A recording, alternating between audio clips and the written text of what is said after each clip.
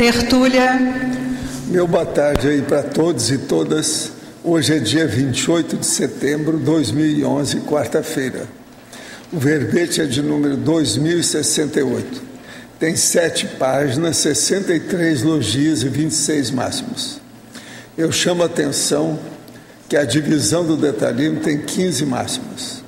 O tema, síndrome da pressa. A especialidade é a parapatologia. Quem defende aqui as 7 páginas é o professor Pedro, que está ali muito bem assessorado, você sabe. Esse é veterano, esse aí não precisa de pedir nada, você já sabe como é que faz. Não é isso? Definição. A síndrome da pressa é o estado nosológico caracterizado pelo conjunto de sinais e sintomas holossomáticos da consim, homem-mulher, manifestando-se de maneira apressada, precipitada, afobada, assodada, impontual e refletida e incauta quanto à auto-organizaciologia, sendo resultante do ritmo frenético cotidiano imposto pelo modus vivendi da socin odierna patológica. Agora, nós temos aqui a supervalorização doentia do tempo, o antidiscernimento no emprego cronológico, o fato de não ter tempo para nada, o ato de fazer várias coisas ao mesmo tempo, os passos apressados, a pressa perversora, o ato de querer sempre retorno rápido, o estado de constante hiperalerta psicofísico. Eu li apenas um pedacinho. A surdez frente à sinalética energética pessoal, o ato de não ter ouvidos à multidimensionalidade, a sobrecarga holossomática, a fuga das autorresponsabilidades intermissivas, e por aí vai. Eu li apenas um pedaço. Agora, nós temos aqui, na argumentologia, tem a parte dos sintomas, com 18 tipos exemplificativos da síndrome. E depois nós temos ainda as consequências com 6 tipos abaixo da situação. E ele dá aqui, listado em ordem alfabética, a fim de auxiliar no diagnóstico e tratamento de tal entidade. E depois tem a anti-assistencialidade, que mostra também 10 conceitos aqui sobre o diagnóstico pessoal da condição. Agora, na remissiologia, nós destacamos ansiedade omissiva, impaciência disfuncional, intempestividade, propósito ansiolítico e senso de urgência. Frase enfática. Paradoxalmente, as consciências portadoras crônicas da síndrome da pressa ainda não manifestam a condição homeostática e evoluída da aceleração da história pessoal lúcida. Fato é fato. Agora, eu quero lembrar ainda a questionologia.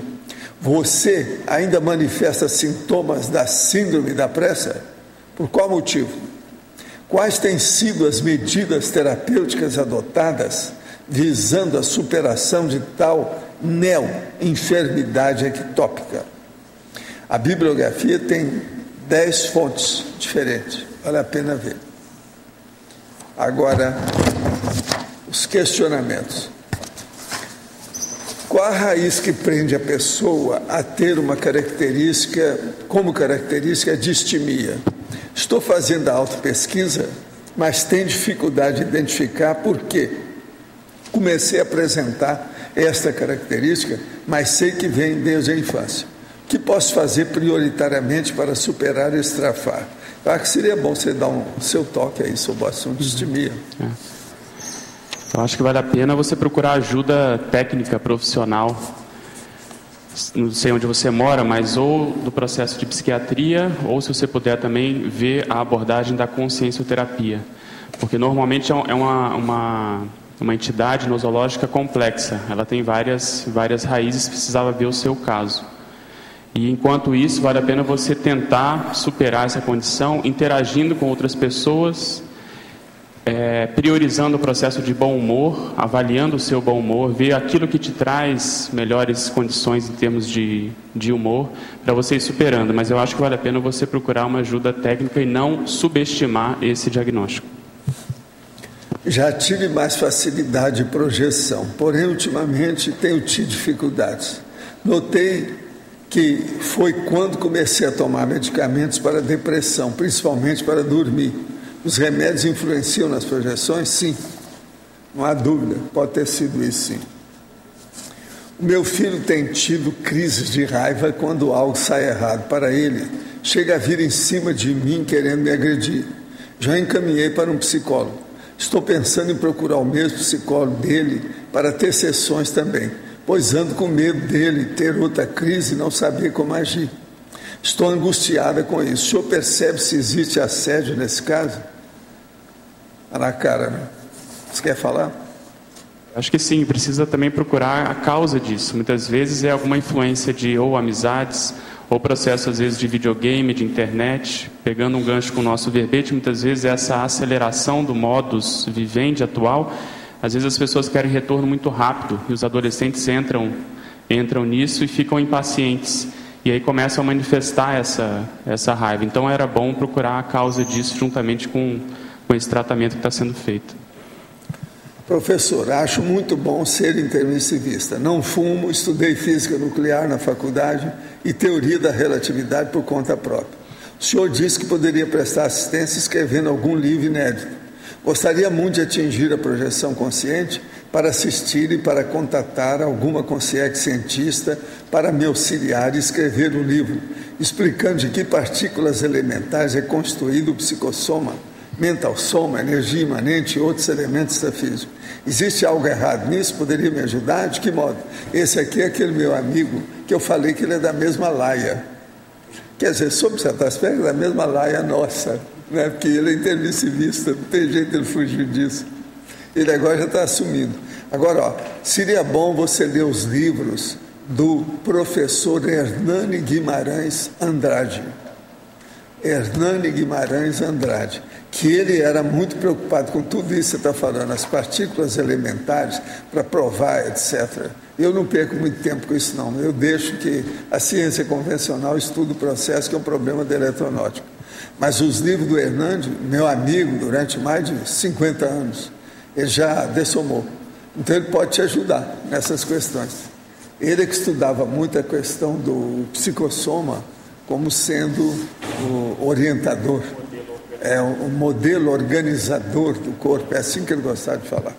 De modo que Hernani Guimarães Andrade, tá certo?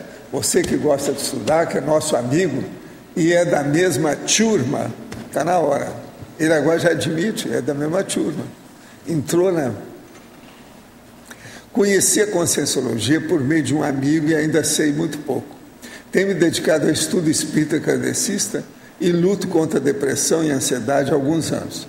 Gostaria de esclarecer certas dúvidas pessoais sobre alguma experiência que venho enfrentando. Lembrando que sou leiga no assunto.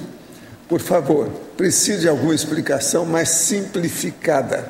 Antes de dormir, quando oro ou faço algum relaxamento corporal e mental, sinto medo repentino e muito frio nos braços, aperto do coração e pânico. Gostaria de saber se existe alguma explicação do ponto de vista espiritual para isso, ou é apenas biológica, assim do pânico, por exemplo. Não, isso é assédio. Você tem assédio, você tem que trabalhar com as energias, o estado vibracional para você melhorar. Procura alguém aí que mexa com isso, ou entre em contato com a turma de São Paulo, que eles te dão lá indicação, inclusive livro, para você saber dominar o estado vibracional. Você vai superar isso tudo. Vamos iniciar o CIP, Curso Integrado de Projeciologia, na cidade de Tubarão, em Santa Catarina, no próximo sábado, 1º de outubro. Isso representa a retomada de trabalho que ocorreu entre 95 e 98, quando estavam por aqui o César Cordioli, o Ivo Valente, o Sandro Batistella, entre outros. Gostaria do senhor algumas dicas, pois pretendemos que esse movimento ganhe força cada vez mais e desperte mais voluntários intermissivistas de nossa região. Isso é de Tubarão, Santa Catarina, que é a turma lá. Realmente, em 95, 98, eles andaram trabalhando muito lá, depois sumiram. Olha, o problema é você achar pessoas que estejam interessadas no assunto e dê serviço que elas possam ver que estão rendendo com o trabalho. Isso vai ser importante. Eu quero agradecer aqui a nossa amiga Maria Abigail, que me mandou um convite aqui da posse da diretoria, sabe, da Federação das Indústrias do Estado do Paraná, lá em Curitiba. Vai ser no dia 30, agora, depois de amanhã. Então, vai ser eleito lá o Edson Luiz Campagnolo. Agora, a nossa Maria Abigail, ela é do Conselho Fiscal Efetivo aí do Estado. E ela está lá. O convite é muito bacana. Se alguém fosse para lá, era o caso de levar esse convite e representar a gente. Você não sabe ninguém que vai para Curitiba até amanhã, não, né? É? Você sabe quem é? Então dá para ele, fala com ele para representar a gente nisso aqui, que isso aqui é coisa do Estado. Eles estão me convidando pessoalmente, seria bom de chegar lá e falar, ó, estou representando aí a turma lá, sabe, de Foz do Iguaçu. Agora, gente, eu queria falar com vocês na minha prestação de serviço. Hoje eu ganhei 3 livros, todos eles em inglês. Um deles, quem me mandou foi o Nelson Abreu. Está aqui com a dedicatória da Brenda Juni. Brenda Juni é minha amiga de 30 anos dentro da parapsicologia. Ela é a mesma, é a senhora do Robert Jung. É aquele que trabalhou demais, é um dos maiores cientistas que tem, que já mexeu com o processo de parapsicologia. Lançaram esse livro agora, A Consciência e a Fonte da Realidade. Sabe? Source. Aí no caso seria mais ou menos fonte. Agora, de Pir Odyssey, quer dizer, Odisseia da Pera, que eles querem dizer aqui é o tipo de, a hipótese que eles têm aqui. O livro é impressionante, matéria de dados aí, tem quase 400 páginas e tudo dentro do processo da eletronáutica, mas visando a parapsicologia. Hein? Pois é, seria bom ele ver esse livro, depois ele passa aí para você. Agora, outra coisa, outro livro aqui. Arte e Medicina, Interfaces de uma Profissão, do André Mota, que escreveu isso aqui. Agora, do Museu Histórico Professor Carlos da Silva Lacaz, da Faculdade de Medicina da Universidade de São Paulo, é a USP. Esse livro é impressionante. Você conhece ele? Eu vou te passar para você ver. Isso aqui é precioso. E agora, tem um aqui que é piradíssimo. É o livro mais pirado que eu vi esse ano, até o momento. Eu já tinha ouvido falar nele, mas não conhecia. Esse aqui foi publicado em 2006. Isso aqui é o seguinte, eu vou ler só em inglês, tudo que eu ler, tá certo? Welcome to Jesus' Land, formerly the United States of America. Shocking tales of depravity, sex and sin. Agora, só para vocês verem alguma coisa. Inês Watkins, 82, is touched by the angel. He calls the police. Estou lendo só em inglês, eu não vou traduzir não por causa de vocês. Free shampoo, head and wing sample, angelic anti-dandruff. Você sabe o que é isso, né? Para os anjos, isso aqui é um shampoo que serve para os cabelos e para as asas dos anjos. Tudo é na base da gozação, mas de uma maneira impressionante. Windows are given permission to almost masturbate. Lovely funeral ruined by unsaved corpse. Christian ladies go undercover for Jesus at Des Moines Sex Club. E por aí vai, mas é um monte de coisa nesse sentido. Farmer use menstruating women to fertilize crops. Agora, ó, tudo tem foto. A maioria das coisas que tem aqui.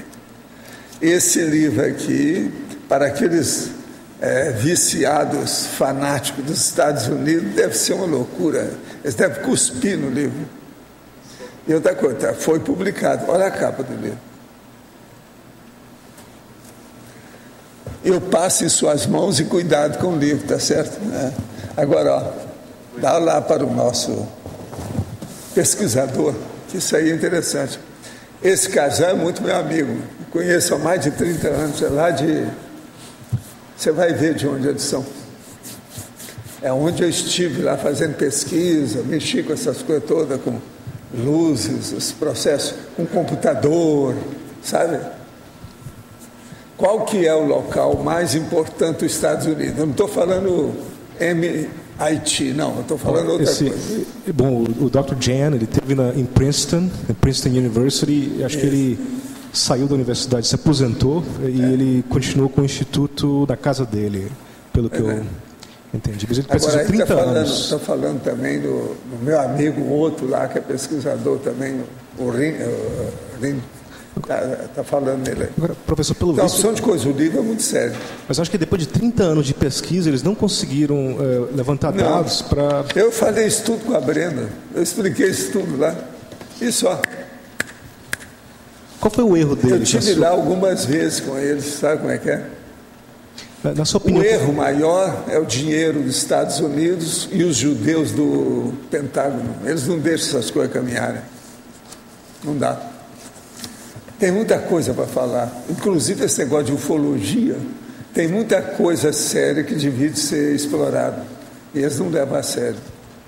Agora, são os judeus, né? Quem manda lá são os judeus, o dinheiro, aquele negócio todo, não pode ir, né? A tradição.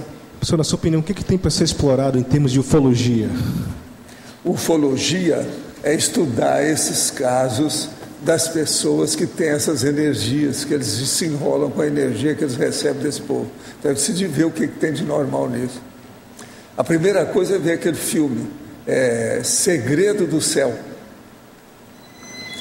Isso aí tem por aí, o Segredo do Céu, que é casos autênticos que aconteceu com a turma que estava dentro de uma van e aconteceu o diabo com eles, lá nos Estados Unidos. E tem tudo comprovado, por isso que fizeram o filme. Mas o que foi que eles deixaram de pista, além da opinião pessoal, da experiência pessoal relatada, relato pessoal das pessoas que participaram? Não, tem muita coisa disso que é real, isso tudo tem. Eu estudei uma mulher e depois de 4 anos eu vi. A primeira vez que eu a vi, se sentia energia nela com 4 metros de distância da cabeça. Depois de 4 anos só tinha a energia perto da cabeça dela. Como é que ela arranjou aquela energia? Como é que fixaram aquilo? Eu não sei nada. E ela falou que foi abduzida. Outra coisa, ela melhorou a vida depois disso. Ela era pianista. Depois disso ela deu concerto até no Japão. Eu examinei porque a turma da ABRAP, lá com o povo todo, pediu para examinar a dona. Agora eu vi e tive a oportunidade, depois de 4 anos, de examinar a dona. A energia toda que estava... Ela chegava no lugar, mexia com todo mundo, porque espalhava energia em 4 metros em torno dela. Eu vi 4 metros de raio. Eu medi tudo. Até os casca-grossa? Não, num caso desse, os casca-grossa ficam com medo. Eles caem fora. Falam, não, isso é loucura, não quero saber. Vai embora. Tudo isso eu vi. Casca-grossa é uma pena, né? Entende? Eu já vi um monte de gente da ciência convencional falou, Valdo, eu estou de acordo com você, mas não posso assumir isso. Eu tenho minha família, tenho meu filho, estou enrolado, tenho minha autobiografia, minha vida toda dedicada a isso, eu não vou mudar nisso. Então eu me despeço do cara, a gente se encontra nas quebradas da vida, vamos ver o que dá na próxima vida. É a vida. Você só observa isso. Por que os caras não estudam eles mesmos? Estuda tanta coisa de medicina, por que não estuda que a pessoa tem esse processo? Olha só, a medicina chinesa é baseada na acupuntura, só fala em energia, por que esse povo não assume? A Academia de Ciências da Rússia admite o processo de energia, mas por que não leva isso para frente? Professor, eu até entendo que pessoas que são cientistas convencionais podem dizer para o senhor que eles têm a posição deles para defender, mas os parapsicologistas, como é que eles podem... Eles seguem na mesma onda, porque senão eles não recebem dinheiro para fazer pesquisa. É um processo de subvenção. subsídios. Se não seguir na onda, tem que seguir o Washington. E o Washington combate isso tudo, porque eles querem saber de dar tiro. O processo lá, o problema é meter fogo. Aí nesse livro está falando isso, Estados Unidos é uma cultura belicista. Lá estão falando belicose. Estão falando bem claro aí. Esse tal livro aí. Esse livro é um dos que americanos começaram a falar a verdade, porque raramente você vai ver americano falar a verdade. Esse aí eles começaram a falar. É uma pena que esteja assim tão depravado. O negócio não está de brincar. Porque se fala de homossexual aí, não está no gibi. Mas não está contra. Você está entendendo? Fala só das coisas que acontecem, o que tem, como é que é, de que modo. Agora, é a Igreja Batista isso aí. Você viu, né? É a Igreja Batista que eles falam. Estados Unidos baseado na Igreja Batista. Isso é terrível. Eu entrego, então, o professor Pedro para você. Você pode fazer as perguntas que você queira, por favor. Vocês aí que têm a síndrome da pressa, por favor, hoje é dia da gente estudar isso. Tá certo? Pedro, aqui no ar. Pois não. Tudo bem, cara? Tudo bom. A página 29, em teoriologia, a última teoria aí, ela 29 e 30 na realidade. A teoria da ansiedade de informação? Isso. Information Anxiety, na qual a sensação de nunca ter conhecimento suficiente gera estado crônico de autoinsatisfação aflitiva e desesperante. Isso, fala um pouquinho disso aí. Essa é a sensação que a pessoa tem cada vez maior entre o gap daquilo que ela conhece, que ela domina, daquilo que ela acha que ela tinha que conhecer, que ela deveria conhecer. Então isso gera uma ansiedade. E nos dias de hoje, em que o conhecimento está muito assim, available, né, disponível, a tendência é isso ampliar cada vez mais. Então isso pode acontecer no processo profissional, em que, por exemplo, hoje na área da medicina, vamos dizer, o boom tecnológico, as pesquisas avançam de tal modo que para você se manter atualizado, realmente isso requer organização e até certo ponto que a pessoa se dedique a um determinado setor da medicina para ela poder acompanhar, porque é muito difícil ela se manter à frente de todas essas especialidades. Outra condição, mesmo na própria conscienciologia, hoje com o avanço das verpons, a gente observa um pouco isso já. As pessoas desenvolvendo essa ansiedade porque querem acompanhar tudo, querem voluntariar em tudo, né, em várias ICs, fazer vários cursos. Isso gera uma ansiedade e a produtividade cai. Então, o ideal, eu acho que a pessoa avaliar o perfil que ela tem, porque a partir disso ela vai descobrir, lá na Consul vocês trabalham muito com isso, os trafores e trafares, principalmente o mega trafor, para ela poder ver em quais áreas eu devo me dedicar mais, quais áreas são mais prioritárias. E acompanhar o resto de modo um pouco mais distante. Então existem áreas mais prioritárias que realmente a pessoa vai ser mais cobrada por isso, porque ela tem um perfil daquela área, ela eventualmente tem uma profissão mais relacionada àquela área. Então, querendo ou não, ela tem que fazer uma escala de prioridades em termos cognitivos. Outra situação é ela saber selecionar as informações e as fontes que ela busca, que ela lê, que ela tem como, vamos dizer assim, como hábito de consulta. E esse processo de hábito, se ela está constantemente consultando, lendo, bebendo nessas fontes, ela vai mantendo-se atualizada, isso satisfaz o processo emocional e ela não entra nessa loucura do dia a dia, porque se ela começar a querer realmente acompanhar tudo nos últimos, vamos dizer assim, nas últimas palavras, nas últimas informações, a tendência vai ser com que isso até atrapalhe a própria memória e não consiga guardar as informações. Então, existe muito lixo mental em termos de informações sendo produzidas hoje que acabam prejudicando aquelas informações mais sadias, mais úteis, principalmente em termos evolutivos. Então, essa seleção, eu acho que é o segredo para a pessoa saber lidar com essa condição. Pedro, aqui atrás de você, no ar. Pois não. Ainda sobre a teoria, né, teoriologia, a teoria furada da eterna busca do pé de meia. Você podia falar mais sobre isso? É que quando a gente começa a estudar esse assunto na teoria, mas principalmente na prática, lidando com os amigos, com as pessoas, esse processo de formação do pé de meia, muitas vezes isso é deturpado. Então a pessoa não finge que não vê que ela está se excedendo com essa desculpa, ou seja, ela está muitas vezes trabalhando demais, ela está entrando nessa ansiedade crônica, tudo isso com essa desculpa. Então ela não percebe que o processo do pé de meia ele é importante. Uma coisa que exemplifica isso são conheço várias pessoas que já têm um pé de meia, já poderiam diminuir o ritmo de trabalho ou até se aposentar, mas elas não conseguem parar.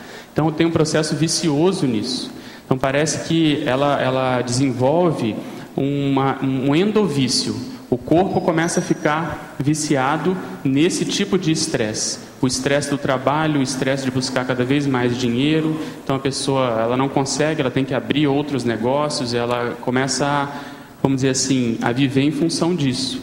Então a busca pelo pé de meia é um processo positivo, saudável, mas eu vejo que muitas vezes as pessoas deturpam isso para justificar essa loucura do dia a dia.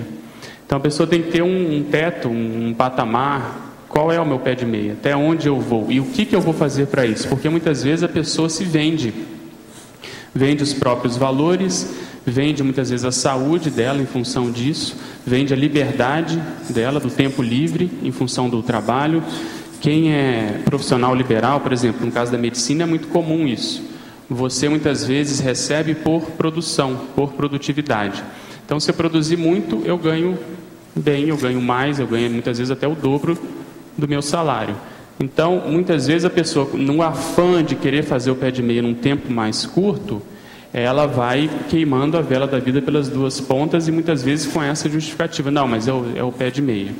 Tem um caso que ilustra isso. Quando eu cheguei aqui em Foz, em 2003 para 2004, eu estava conversando com uma médica e na época ela ganhava 15 mil reais aqui em Foz do Iguaçu. Só que ela gastava 18 mil reais. Então ela tinha que correr atrás, tinha que entrar nesse processo, vivia apressada, justamente para conseguir quitar as dívidas. Então a pessoa ela não tem, vamos dizer assim, uma organização suficiente para perceber o ciclo vicioso que ela entrou e que ela continua alimentando. Então você vê que é um super salário, mas os gastos da pessoa em função de maus hábitos, em função do processo de ansiedade, em função de valores deturpados, ectópicos, ela muitas vezes corrompe isso. E a desculpa era essa. E ela, quando a gente conversou, ela estava em crise, porque ela fala, é um absurdo, eu ganho bem, mas eu não consigo poupar. Então muitas vezes o que interessa mais é a pessoa avaliar o quanto que ela consegue poupar, e não tanto quanto ela ganha. Então, existe até um ditado na antiguidade que fala isso: vive-se bem com pouco, vive tur parvo bene, né? Vive-se bem com pouco. Então, se a pessoa tem esse tipo de, vamos dizer assim, de raciocínio, de preocupação, ela não entra nessa busca desenfreada pelo pé de meia, simplesmente pelo pé de meia. Então, ela tem que ter ali o fio da navalha, a pessoa saber andar no caminho do meio para ela não exagerar nisso. Então, foi por isso que a gente colocou essa, que tem relação até com a primeira teoria, as teorias mirabolantes das autojustificativas corruptas. Então a pessoa inventa qualquer justificativa, uma delas é essa, não, é a busca pelo pé de meia, é minha independência financeira. Só que ela passa às vezes anos nisso e a saúde vai sendo comprometida e ela às vezes não consegue sair do outro lado. Pedro, aqui pois não.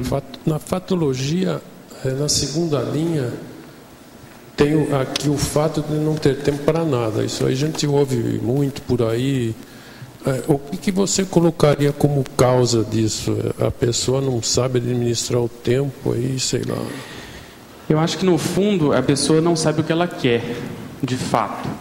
Então ela é muito movida pelo processo externo, pelos anúncios, pelos outros, por aquilo que ela acha que teoricamente traria ou trará satisfação. Então essas necessidades vendidas que são criadas a todo tempo, são neo-necessidades vendidas, a pessoa muitas vezes não para pensar se ela realmente precisa daquilo. E ela vai se comprometendo com uma série de atividades, no trabalho, isso é muito comum, ela vai aumentando a carga de trabalho, não faz essa seleção que nós comentamos anteriormente, e ela acaba que o dia dela ela realmente não tem tempo. O que muitas vezes está por trás disso é um processo de fuga, porque ela realmente não quer parar para pensar e se auto-enfrentar, porque ela sabe que ela vai ter que fazer um trabalho muitas vezes mais profundo. Então ela lota a agenda com uma série de atividades baseadas na psicomotricidade, uma série de eventos, uma série assim, de processos que envolvam ação, para justamente ela não ter que parar e avaliar o que ela quer. Vamos dizer assim, ela vai ter que abrir mão de determinadas coisas, vai ter que dizer não para uma série de outras, isso é chato, muitas vezes ela não quer pagar esse preço, porque envolve, vamos dizer assim, um pedágio emocional. Então o que está por trás muitas vezes é isso, é a autossabotagem. A pessoa não quer parar e falar, mas o que eu tenho que fazer? Que é a minha responsabilidade, ninguém vai fazer isso por mim. Então, enquanto eu estiver envolvido e demonstrando uma certa produtividade, até certo ponto superficial, teoricamente ninguém vai me cobrar. Mas, no fundo, a pessoa sabe que ela deveria começar a diminuir esse ritmo para priorizar coisas mais sérias. Depois, na 6ª linha da fatologia, o tempo ainda visto patologicamente enquanto fim e não meio. Exatamente, isso é um paradoxo, porque a pessoa valoriza muito o tempo, mas não sabe empregar bem o tempo. Então ela sempre fala que está sem tempo e não consegue utilizar o tempo como meio. Então ela é imediatista, ela quer tudo para ontem, ela, vamos dizer assim, vive essa força do agora que a gente está comentando aí, mas ela não consegue ajustar a sua manifestação dentro da passagem do tempo, porque o processo do tempo é uma constante, aquilo vai ter sempre a mesma duração, mas ela se corrompe em função disso. Ela começa a colocar essa sensação de perda de tempo, ela começa a valorizar muito. Então tudo aquilo que vamos dizer assim, que necessite um pouco mais de reflexão, de calma, de ponderação, de planejamento, que teoricamente ela tem que parar para planejar aquilo, ela aborta, ela não consegue. Então, eu me questiono até que ponto essa não é uma das causas da gente ainda não conseguir produzir muitos livros, principalmente megagescons, porque muitas vezes há ainda uma tendência de se privilegiar o processo psicomotriz. Então, no meu caso, eu vejo muito isso num passado um pouco mais recente, essa condição, essa necessidade de estar o tempo todo tendo que trabalhar. Então, eu resolvi estudar isso, porque principalmente nessa época que eu cheguei em Foz, eu estava num trabalho novo, eu era praticamente um estagiário, dava plantão final de semana sim, final de semana não, tinha que mostrar serviço, voluntariava na época na OIC, então a minha vida era uma correria muito grande. Então, tem que se casar também com o momento ou a época de vida em que a pessoa esteja, porque isso muitas vezes é necessário. Você dá vamos dizer assim, um gás, né? Você dá um investimento maior naquilo para você depois poder se organizar. Mas se esse processo se perdura, a tendência da pessoa é viver nesse ritmo. Então, recentemente, por exemplo, eu estive em São Paulo fazendo um curso profissional, e você vê que a tendência dessas megalópolis, principalmente dessas cidades maiores, é a maioria das pessoas viver nesse ritmo frenético, porque as necessidades impõem, a necessidade profissional, o processo do dinheiro, o custo de vida e assim sucessivamente. Vamos dizer assim, a pessoa tem a necessidade de ter sucesso, ela quer ser alguém na vida, então esses valores, muitas vezes, eles têm um preço que a pessoa, às vezes, está disposta a pagar. Então, isso que tem que ser ponderado. A ideia desse verbete é fazer essa reflexão. Muitas vezes a gente sabe o preço das coisas, mas não sabe o valor real que elas têm. Agora, a última coisa, na sétima linha de baixo para cima da fatologia, depois a seguinte, o fato de saber de coração, esquecendo-se do próprio coração. Exatamente, ilustra isso. A pessoa vai vivendo e ela não percebe que ela está sobrecarregando, principalmente o processo do coração, que é como se fosse o órgão de choque das emoções. Então, quando a pessoa acha que ela está estressada, é porque ela já está estressada há muito tempo. Quando passa pela cabeça, eu acho que eu estou estressado, o corpo já deu vários sinais. Então, isso muitas vezes acontece com essa sequência que a gente colocou aí, a autorreflexão imposta no leito da UTI. A pessoa, às vezes, é obrigada a parar. Ou então ela tem uma EQM, ou então ela tem um ataque de pânico, que ela está dormindo e, às vezes, começa a ter uma série de manifestações fisiológicas e psicológicas, aparentemente sem causa, e isso, muitas vezes, vem dessa condensação, desse acúmulo de estresse. Então é exatamente isso, a pessoa às vezes não tem assim noção do quanto ela está sobrecarregando o próprio soma. Agora aí parece que não é só sentido figurado, é o coração, o órgão mesmo. Também. É o órgão, exatamente, é o processo do infarto, né? Obrigado. Pois não? Bem devagar. Então, eu gostaria de fazer 2 perguntas. Primeiro, aqui na página número 28, em atributologia, você fala aí dos predomínio dos sentimentos somáticos, né? Sim.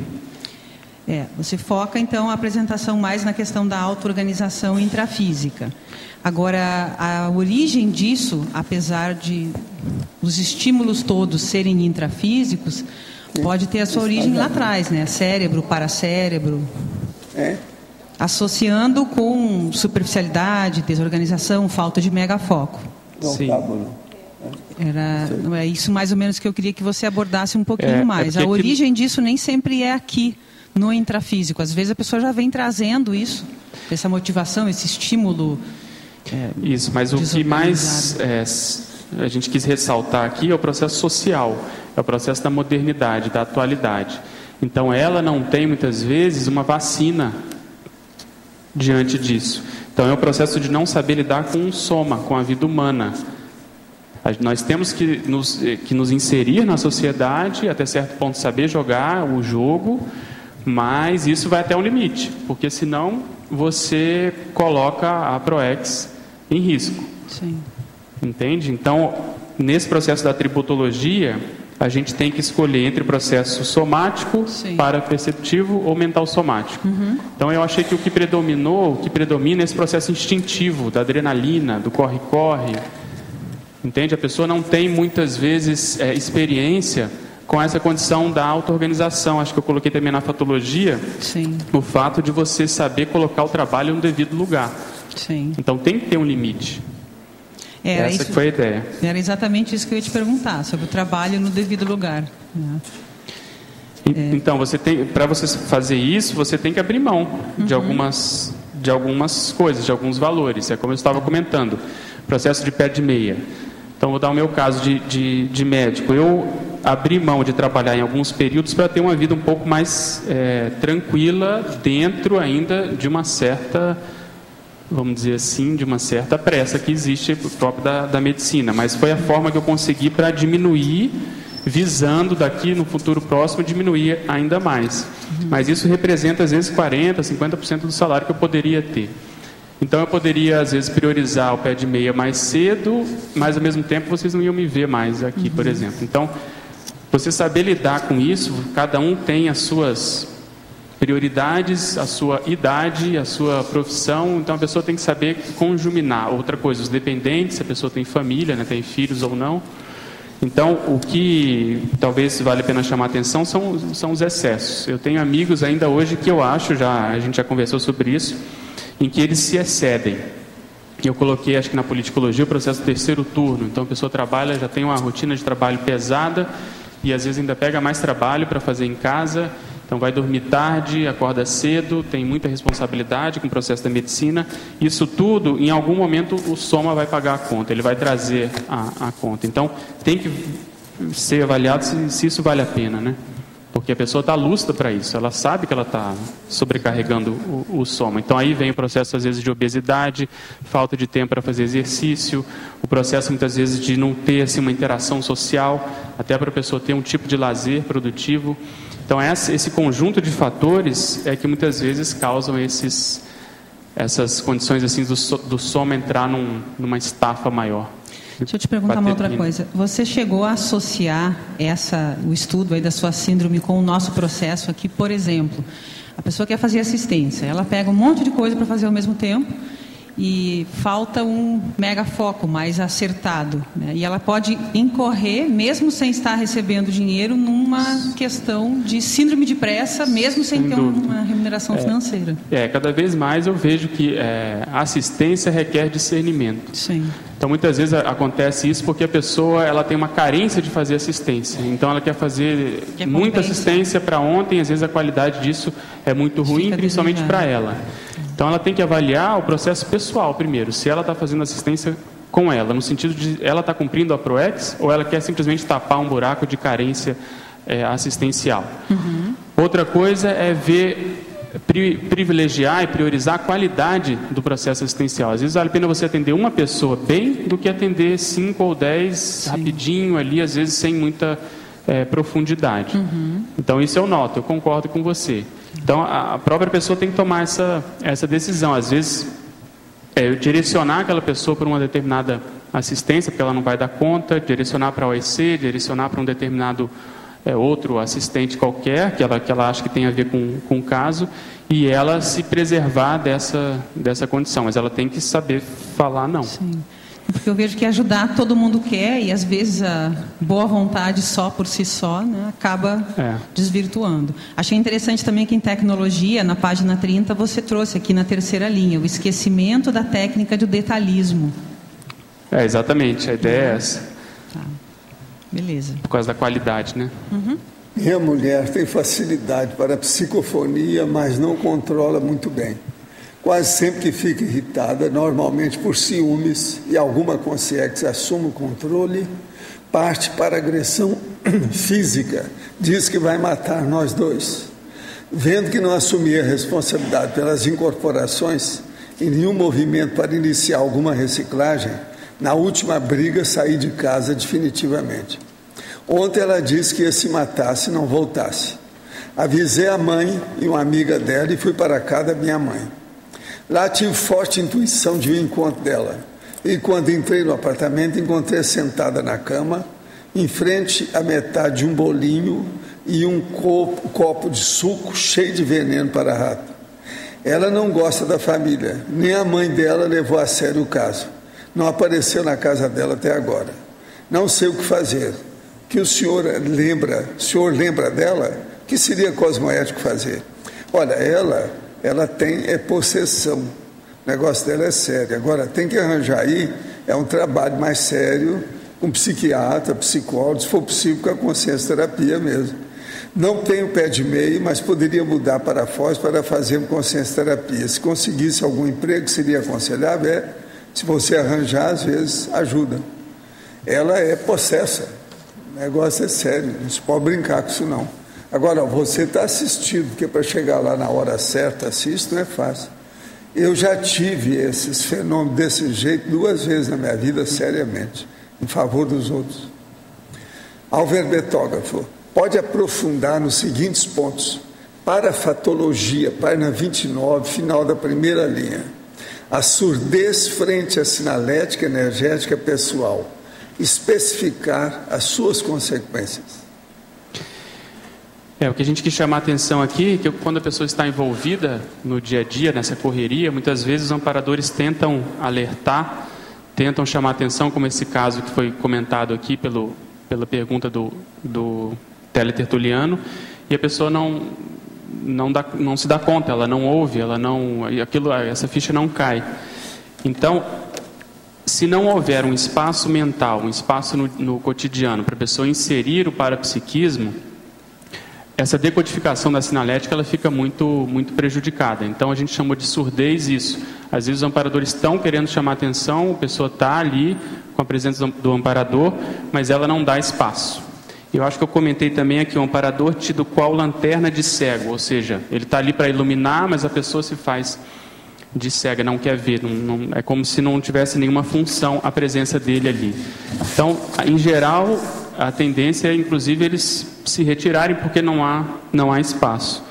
Então, eu acho que no dia a dia, hoje, na sociedade em que a gente vive em função desses valores, em função dessa correria, processo do capitalismo selvagem, a pessoa tem que criar meios de inserir o parapsiquismo, não só o processo da sinalética, mas o processo de exteriorização do estado vibracional, o processo da escagem lúcida, para ela poder ver, vamos dizer assim, a função que o parapsiquismo tem e pode ter em termos assistenciais. Porque senão ela não consegue inserir, ela atua de modo, muitas vezes, mecânico com relação ao parapsiquismo. Então, correria não combina com parapsiquismo, é isso que a gente quis chamar a atenção aqui. Tecnologia, página 30, final da segunda linha. O ato de saber utilizar a técnica etológica dos 15 minutos. Explicar o método. Esse não sabe. Essa é uma técnica, o professor Valdo já trouxe há vários anos, que é o seguinte: você tem um determinado compromisso, por exemplo, com uma pessoa, e você dá para essa pessoa o prazo para ela chegar em 15 minutos. Se ela não chegar, você cai fora. Porque se ela atrasou, muitas vezes ela entrou em algum acidente de percurso. Ela muitas vezes ficou assediada, ela se complicou. E se você espera e dá essa abertura, muitas vezes você vai entrar no acidente de percurso junto. Então, é uma das formas de você cortar essa cadeia de acidente de percurso que porventura esteja ocorrendo e até certo ponto dar um recado para a pessoa para ela se organizar mais. Porque ela vai chegar lá e você não vai mais estar ali esperando. Então, 15 minutos é considerado um tempo assim, internacional para um eventual, vamos dizer assim, extra-pauta, algo que ocorreu fora do previsto, um contratempo. Então, o ideal é justamente a pessoa se antecipar já, para que se ocorra algum contratempo, ainda assim ela conseguir chegar no horário. Então, se passaram-se 15 minutos, é porque ela normalmente não foi tão previdente. É bom explicar que você marca com a pessoa o horário certo. Tem um horário certo. 15 minutos depois daquele horário. Depois do horário. Às vezes ela está a 5 minutos de distância e não aparece na hora certa. Ela é permissiva. Agora, ó, esse aqui é para você. Tenho 19 anos e tenho tido dificuldade em manter ereção. Tenho necessidade de ejaculação todos os dias, ao menos uma vez por meio da masturbação. Porém, às vezes, por não ter vontade sexual, faço de forma rápida. Em algumas fases tenho ereções normais e outras duram menos de 1 minuto. E isso me deixa em receio de falhar na hora do sexo. O que pode ser isso? Sendo médico, gostaria da opinião do professor Pedro. Olha, eu acho que está a perigo. Matando cachorro. Você está com 15 anos, você está no auge do processo hormonal. E está com 19. 19? Entendi, 15. Também continua com o processo hormonal. Então, essa condição ela é muito comum nos homens, o processo de ansiedade. Vamos dizer, a saída é você levar isso numa boa, ter fair play e principalmente arrumar uma namorada que você confie para que juntos vocês descubram a sexualidade. Então ela vai te ensinar uma série de coisas e você vai ensinar e aprender com ela.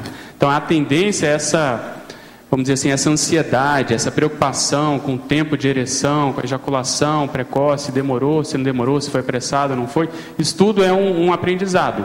E com calma você vai acabar dominando essa condição. De que forma a conscienciologia poderia ajudar as pessoas que têm preconceitos originários da cultura? Sem que percebamos, a cultura que vestimos nos faz preconceituosos sob vários aspectos, até imperceptíveis em alguns momentos. Como evitar que a consciência seja preconceituosa?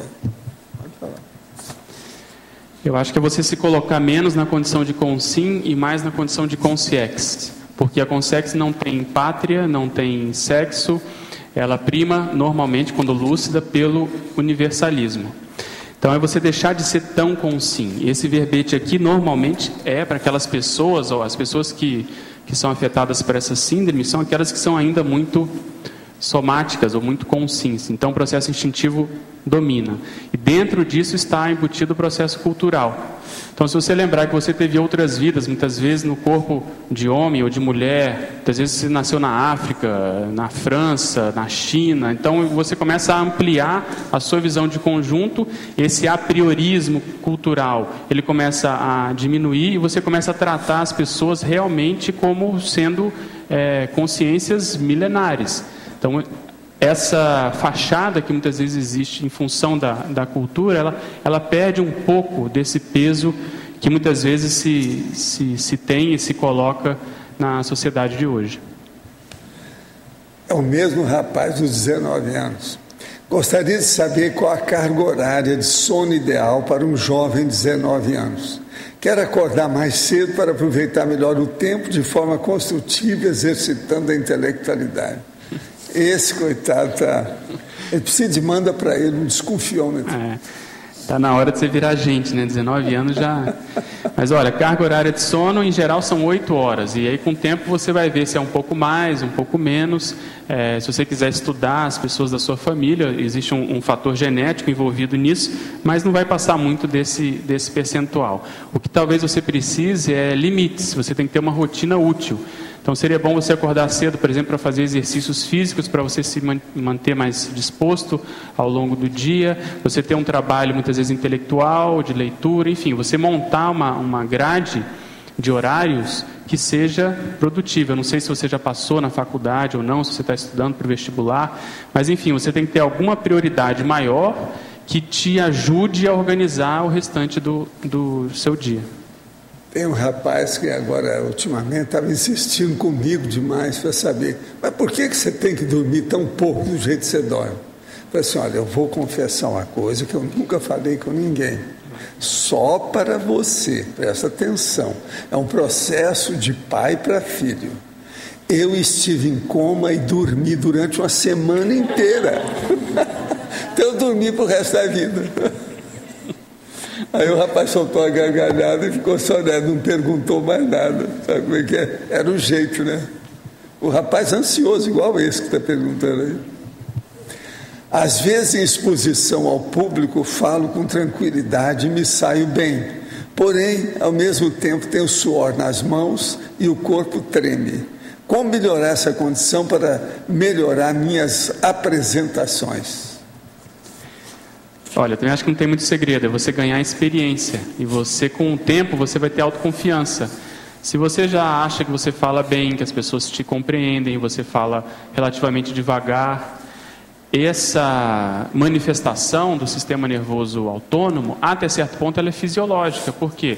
Você tem que aumentar um pouco a pressão do seu corpo para você poder raciocinar, para você encadear o pensamento.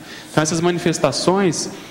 A tendência com o tempo é que elas não aconteçam mais.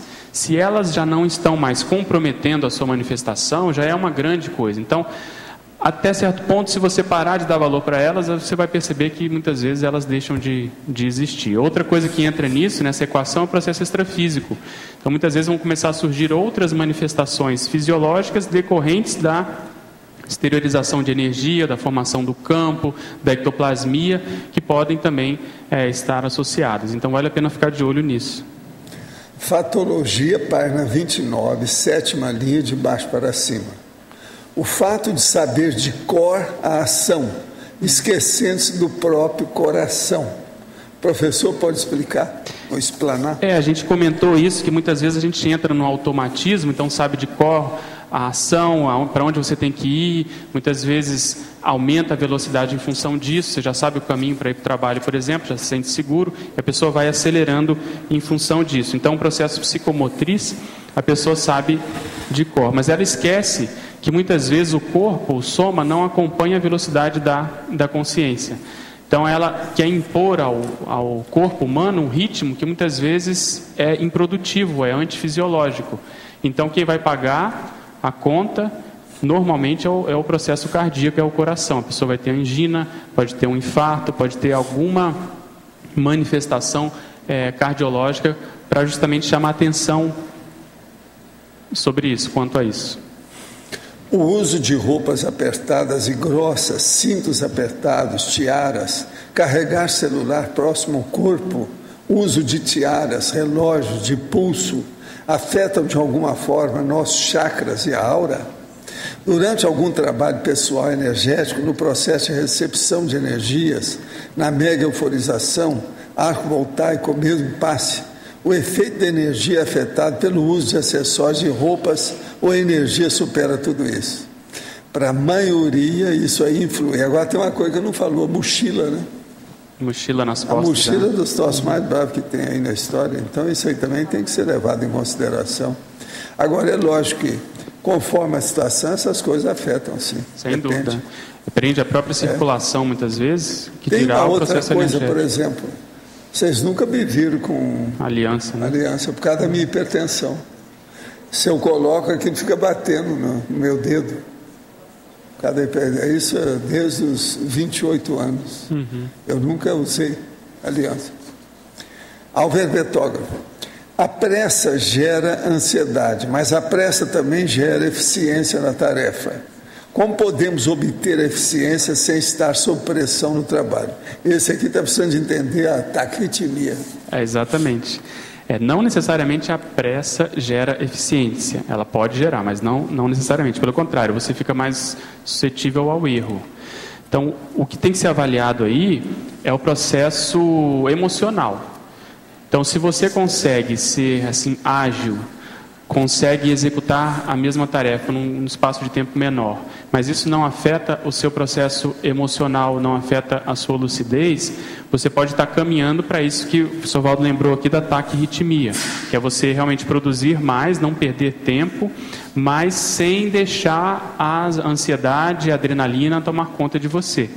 Então, a pressa, normalmente, ela vem embutida ao processo da ansiedade. É um ciclo vicioso. A ansiedade gera pressa, porque a pessoa fala assim, nossa, eu tenho tanta coisa para fazer e eu não estou conseguindo, e eu não tenho tanto tempo, então ela começa a andar mais apressadamente. Isso também, por si só, gera um efeito no soma que é ansiogênico. Então, o ideal é cortar isso. Como? A pessoa ter uma organização diária com aquilo que ela consegue fazer, porque muitas vezes essas pessoas têm na sua agenda vamos dizer assim, um schedule, né? uma organização, um conjunto de tarefas que são impraticáveis, impossíveis. Ela não vai dar conta mesmo, e no final do dia ela às vezes se cobra. Então essa autoculpa também gera mais ansiedade. Então eu vejo em função disso. A pressa tem uma íntima relação realmente com a ansiedade. Participei de processo de seleção à vaga de mestrado na área de humanas em prestigiada universidade. Havia elaborado 2 projetos com temas distintos. Optei pelo projeto que tinha como tema a parapsicologia. O processo de conclusão do projeto foi a coisa mais difícil que encontrei. Fui aprovado em todas as fases da seleção. Entretanto, a entrevista foi muito difícil. Fui rejeitada naquele momento e virei alvo de chacotas entre os colegas na faculdade. Como fazer a autoconsciência terapia e limpar todo o processo? Isso é uma moça. É muito difícil. Eu acho que você tem que avaliar se realmente havia chance, havia espaço, havia uma janela ali para você apresentar esse projeto. Porque os nossos temas, nem que seja o processo da própria parapsicologia, dentro da academia, ainda é muito mal visto. Então, em termos autoconsciência terápicos, você tem que avaliar a sua responsabilidade nisso. Você foi ingênuo ou não? Ou você acha que você fez a sua parte e pronto, eles não estão preparados, então dá uma banana. Não precisa também se culpar em função disso. Então, o que você tem que ponderar é isso. Você acha que você errou de algum modo, foi imatura, foi ingênuo ou não? Eventualmente você acha que aquilo até ajudou a esclarecer as pessoas. Mas, em geral, é mais complicado mesmo você apresentar um tema desse porte ou com essas características dentro da academia, que é super bitolada ainda. Já vi uma entrevista em que o psicólogo dizia que as emoções devem ser colocadas sempre no presente, não no anseio do futuro e no ressentimento do passado. Isso está correto? Sim. A pessoa tem que perceber a expressão das emoções e vamos dizer assim, dar valor e decodificar isso, aquilo que ela está sentindo hoje, tentar resolver ou compreender isso a partir do mental soma. Existem pessoas que tendem a ficar num anacronismo, ou seja, muitas vezes aconteceu um conflito, um desentendimento há uma semana, há um mês, às vezes até de uma vida passada, e a pessoa acha que tem razão, acha que foi injustiçada, que ela foi vítima, e ela meio que cultiva aquele padrão emocional. E o contrário também, para frente, ou seja, a pessoa, o futuro ainda não aconteceu, mas ela é super ansiosa, porque ela acha que pode acontecer milhões de coisas, ela pode dessomar, ela pode não conseguir, e aí ela começa a elucubrar, e isso tudo gera ansiedade. Então tem que ver hoje se ela está fazendo o papel que cabe a ela. Estou estudando, estou me dedicando para aquilo que eu almejo daqui a uma determinada época, daqui a 5, 10 anos, então acabou, eu vou chegar lá, porque esse caminho aqui com os pequenos passos vai me conduzir naquela direção. O que geralmente acontece é a pessoa ficar dispersa, a gente até colocou no antagonismo, eu acho, o processo de ataque-arritmia com a arritmia consciencial, ou seja, a pessoa fica igual barata tonta, ela não sabe para onde vai, então ela não rende, ela não é produtiva. Então, tem que ser avaliada exatamente esse tipo de ação presente e o papel das emoções nisso. O que o verbetólogo tem a dizer sobre a síndrome da pressa em relação às pessoas em busca da dupla evolutiva? Não tem nada a ver com você, não. Eu acho que ela não pode cair nessa. Porque a pessoa tem que ter paciência, ao mesmo tempo não pode ter a utopia de procurar a pessoa perfeita, procurar o serenão para formar ali uma dupla. Então tem que ter o meio termo mais uma vez. Ela tem que, vamos dizer assim, buscar no outro alguma pessoa que tenha pelo menos um nível de identidade, de valores, uma identidade proexológica para aquilo frutificar. E há uma tendência... Ainda hoje eu vejo nessa busca em função muitas vezes até do próprio status, de ser duplista, ou de ter uma pessoa, ou de querer eliminar a carência, e a tendência é a pessoa acabar caindo em outra condição, ela vai tentando com um, com outro, e ela vai queimando o próprio filme, como se diz na prática, e aquela pessoa que seria o ideal, quando olha para ela, fala, nossa, mas essa pessoa já ficou com 10 aqui, ela não deve ter os mesmos valores que eu tenho, então isso acaba prejudicando. Então eu reconheço que não é fácil, mas ela tem que, muitas vezes, bancar as próprias convicções e buscar uma pessoa que ela considere mais adequada para o processo dela. Professor Valdo e professor Pedro, gostaria que comentassem o risco que a pressa apresenta em relação às decisões que precisam ser tomadas por pessoas indecisas, o que acaba sempre resultando em algum problema maior. Pode falar. Sem dúvida, isso aí é um processo, porque normalmente a pessoa tomou a decisão baseada na emoção, baseada na ansiedade, baseada em variáveis ou elementos que não são muito confiáveis. Então eu até acompanhei alguns casos no passado da pessoa que justamente não sabia o que queria. Ela tomou uma decisão envolvendo até o processo de dupla, depois quis voltar atrás, de novo, e voltou atrás de novo, e todo mundo olhando aquela cena e sem entender. Então, o primeiro passo para se tomar uma decisão é a pessoa saber o que ela quer. Segundo passo, saber quais são as repercussões e consequências daquela decisão, porque normalmente uma decisão dificilmente envolve só ela, só a própria pessoa. Isso afeta, no mínimo, a pessoa próxima, a família ou quem esteja convivendo com ela. Então ela tem que ter noção desse tipo de repercussão que vai acontecer, e se ela estiver firme e tranquila com isso, ela bancar essa decisão. Então eu reconheço que a pessoa tem que ter calma e ponderar bem para ela saber tomar a melhor decisão, porque senão ela entra dentro disso que você falou, fica na decidofobia, não decide ou quando decide se arrepende. O verbetólogo poderia comentar sobre a síndrome da pressa no contexto da medicina? Tenho curiosidade de saber se a escolha da radiologia como área profissional facilita a administração do tempo em relação às outras áreas. Ela facilita até certo ponto, porque você consegue ter os horários um pouco mais organizados do que, por exemplo, a cirurgia. Então, na época que eu me formei, eu fiz o internato, eu fiquei em dúvida entre o processo da cirurgia e o processo da radiologia. E dos fatores que eu optei pela radiologia em função disso, porque eu fiz um estágio em um determinado hospital e eu consegui ver como era mais ou menos o dia a dia do radiologista. Mas isso é até certo ponto, por quê? Porque muitas vezes o radiologista ele tem uma agravante, que é o seguinte: você está às vezes trabalhando com um método, vamos supor, eu estou fazendo ultrassom de um determinado número de pacientes num dia, numa determinada agenda, mas enquanto isso, o técnico de radiologia está fazendo vários exames de raio-x e isso gera uma pilha de exames para eu laudar depois. Então, eu falo que o taxímetro continua girando. Então, se você não souber frear isso, tem a tomografia que está lá, o técnico está fazendo exames e você vai laudar isso depois. Então, existem necessidades do médico, do radiologista, que estão ali prementes, ele tem que estar ali naquele exame. Existem esses outros métodos que não exigem a presença do radiologista. Então, se a pessoa não souber casar essas duas, ela vai fazer uma agenda de trabalho, já que é pesada. Pior do que a cirurgia. Fica muito pior. Ela trabalha o 3º turno, o 4º turno, então é isso que eu estava comentando. Tem colegas hoje que, em função da busca eterna pelo pé de meia, eles acabam trabalhando noite adentro. Então, aquilo que poderia ser uma coisa positiva acaba sendo negativa. E também envolve o processo de plantão, sobreaviso, que a pessoa às vezes pega uma série de plantões para fazer e acaba se complicando também. Então, em qualquer área, eu acho que não só na medicina, existem esses dois lados, né?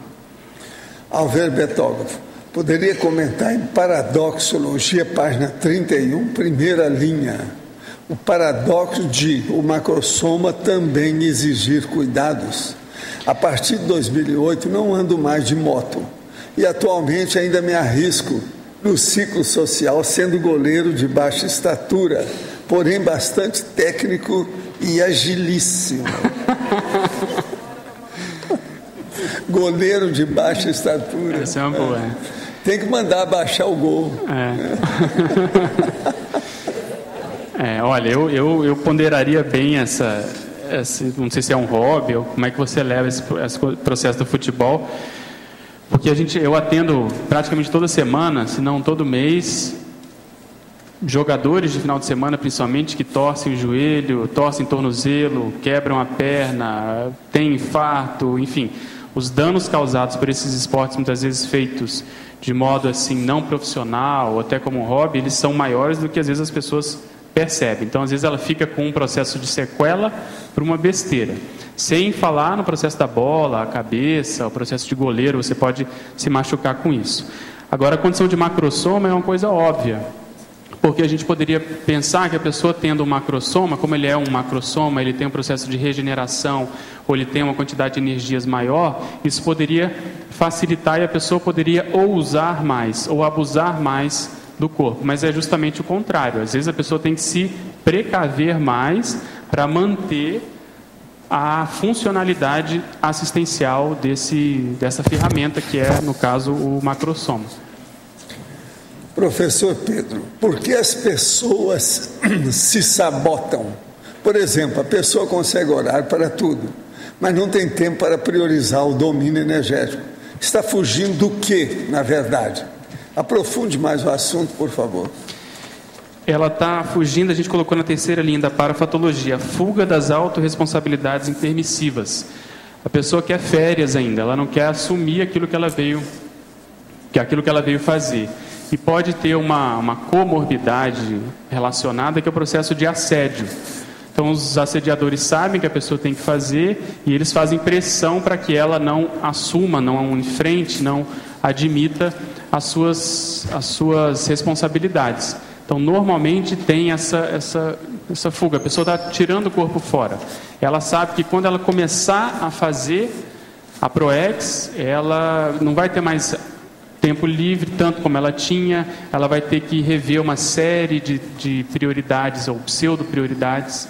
Então, ela vai ter que ser um pouco mais madura no lide com a sua própria vida, no lidar com a sua própria vida.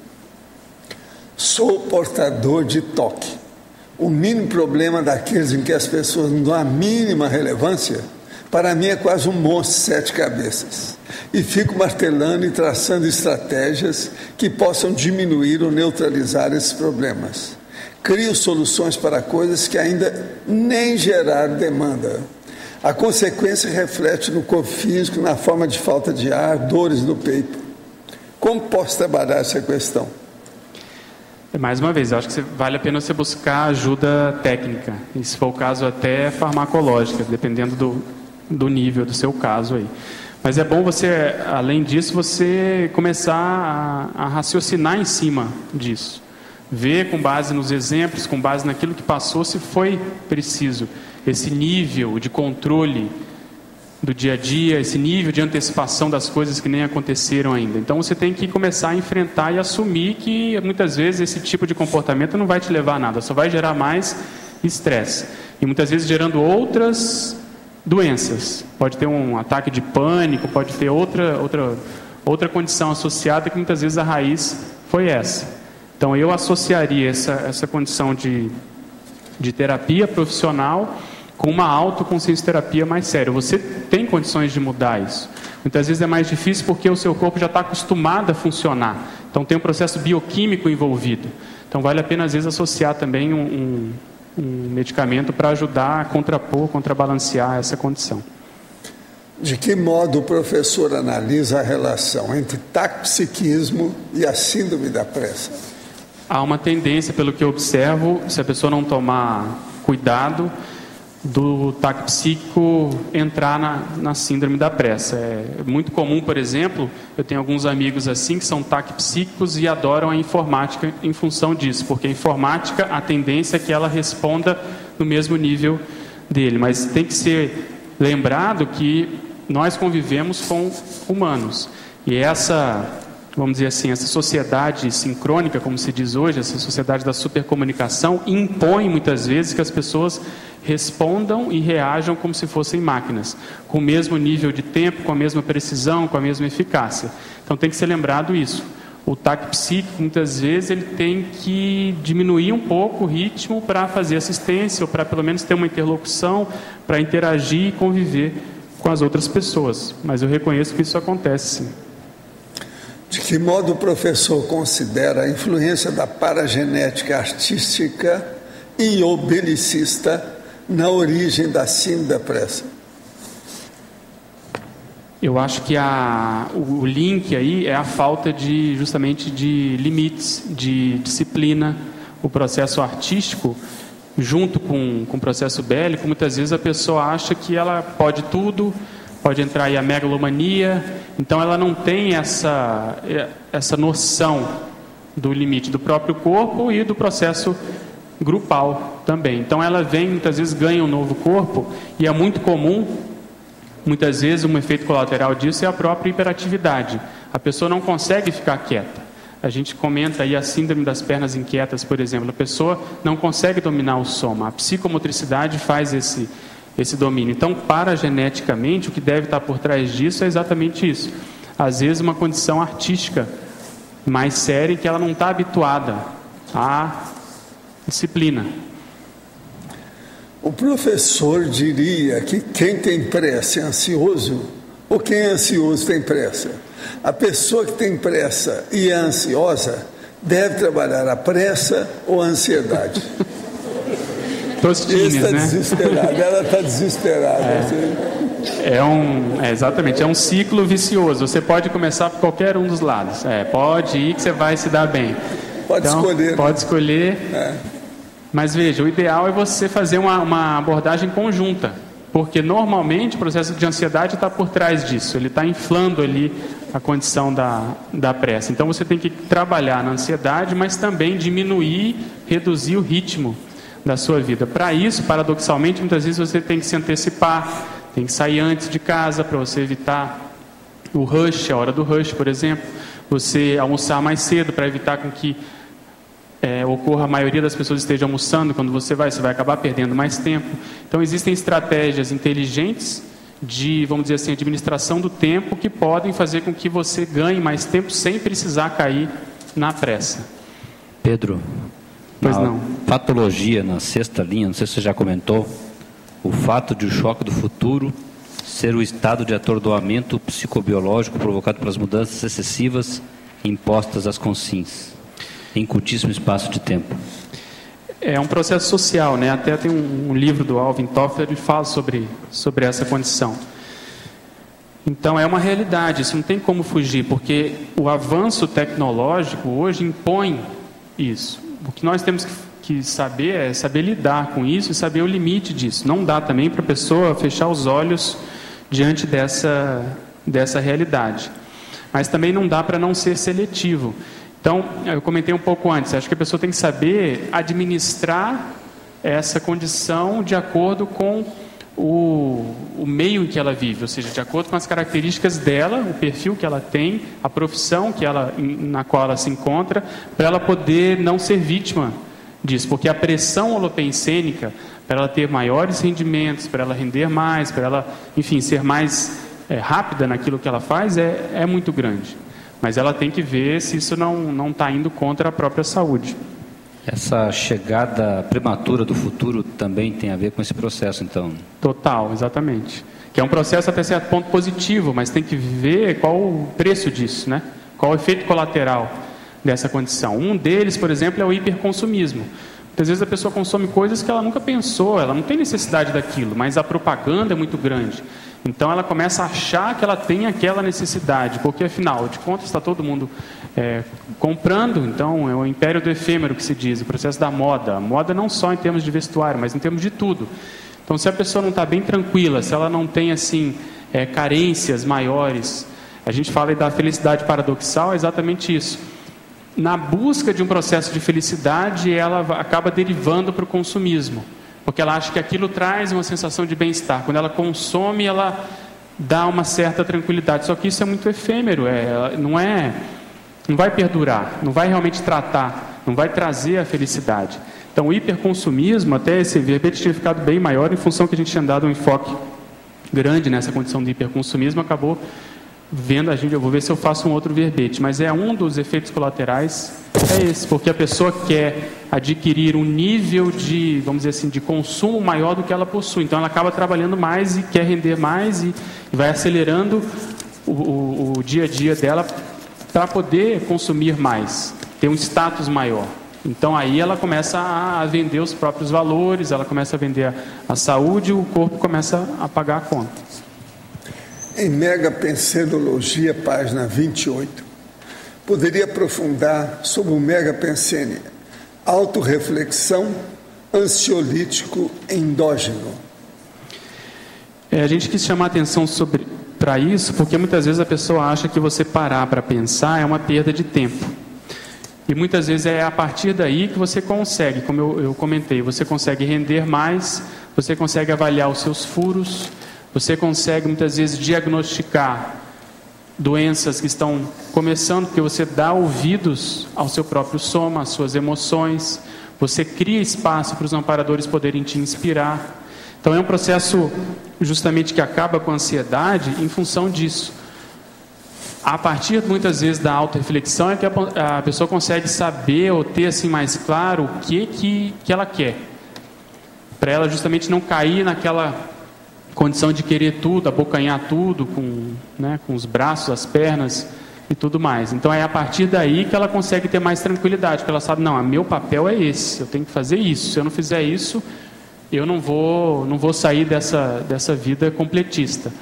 Então isso ajuda a pessoa a ficar mais tranquila, porque aí ela vai começar a direcionar os esforços naquele sentido, e tudo aquilo que vier contra isso, para dispersá-la, ela vai justamente pagar o ônus do não. Ela vai falar, não, isso não é o essencial, então eu não vou embarcar nessa trilha.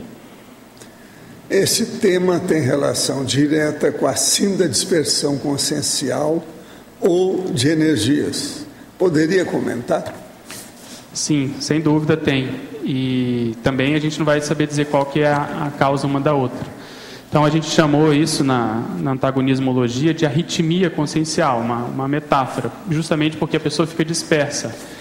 Então na antiguidade se chamava isso que é a corrida de ratos. Você olhando uma cidade, parece uma série de ratinhos correndo atrás ali dos alimentos ou das necessidades. Então o processo somático, a linguagem do soma, ela é muito imediatista.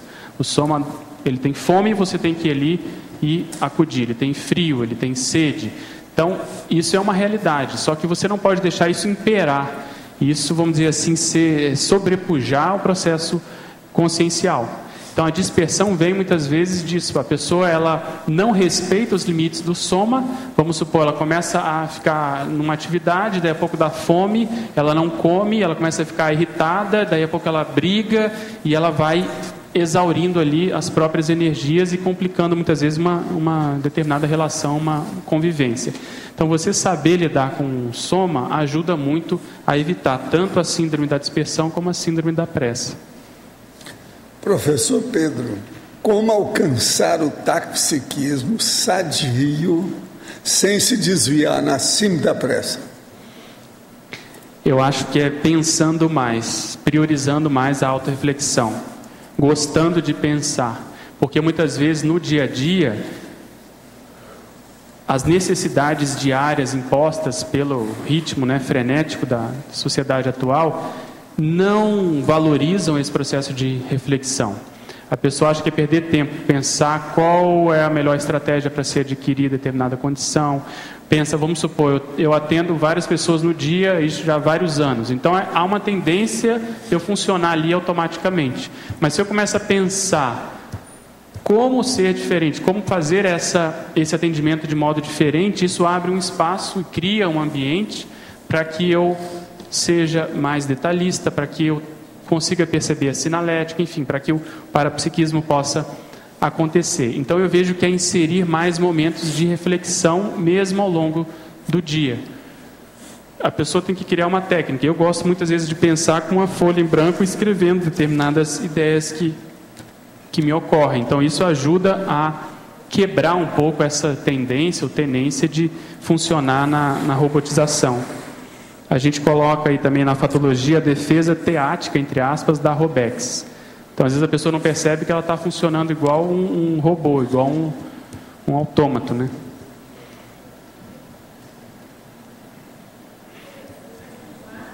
Na parafatologia, na sexta linha, você pode falar um pouco da atraição da autoparaprocedência? Eu queria entender um pouquinho mais isso. Isso aí é a consequência dessa fuga das autorresponsabilidades. Então, muitas vezes, antes de ressomar, nós fizemos alguns combinados, estabelecemos algumas metas. Lá, até certo ponto, é mais fácil, porque nós estamos numa comunidade teoricamente mais tranquila, você consegue pensionizar com mais calma. E fizemos esses acertos. Quando chegamos aqui, muitas vezes o processo somático, o processo instintivo, o processo do porão consciencial, ele se apresenta, ele se impõe. Então aí vem as carências, vem essa linguagem somática que a gente estava falando de querer tudo em curto espaço de tempo. E muitas vezes a pessoa se vende nesse sentido. Ela começa a dar muita vazão, muita abertura, priorizar muito a dimensão intrafísica, que eu acho que deve ser priorizada, ela deve ser a principal, mas tem que ver se ela não está indo contra todos esses valores e responsabilidades que ela tem que fazer aqui. Então, o mais difícil, muitas vezes, é a pessoa entender que uma coisa não precisa ir contra a outra, ela tem que fazer uma convergência de saber lidar com o soma, saber lidar com a profissão e saber lidar com as prioridades proexológicas. Um verbete que pode ajudar, na realidade dois, aproveitando o gancho aqui.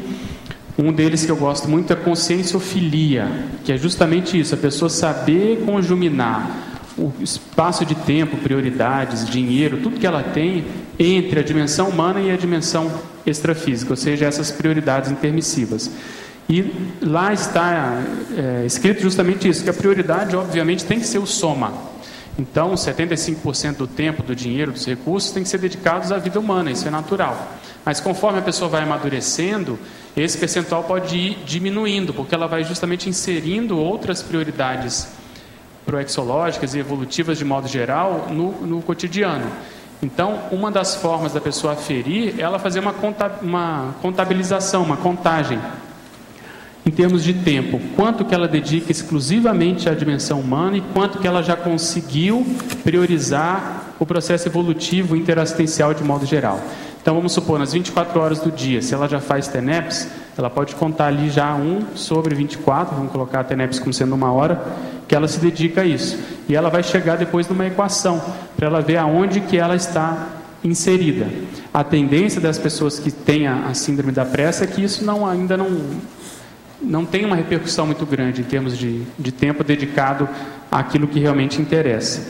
E outro verbete muito sério, a gente até inseriu na terapeuticologia, é a pessoa buscar a vivência da frugalidade complexa. Esse é um verbete, frugalidade complexa, que é também um oxímoro, porque a frugalidade é o processo de você saber ter moderação, de você saber levar as coisas, de você, vamos dizer assim, ter essa vida minimalizada no sentido de você viver com aquilo, com o simples, com aquilo que realmente você precisa. Ao mesmo tempo, isso é super complexo, porque é difícil você conseguir viver com aquilo que você precisa, mas também não tanto com o excesso, ou seja, você não precisa ter muitas coisas em excesso. Então, esse balanço é muito importante para a pessoa também não ser assim uma presa do processo de consumismo, ela não ter mais coisas do que ela precisa, ela não acumular, por exemplo, bagulhos energéticos, muitas vezes roupas que ela nunca usou, nem vai usar,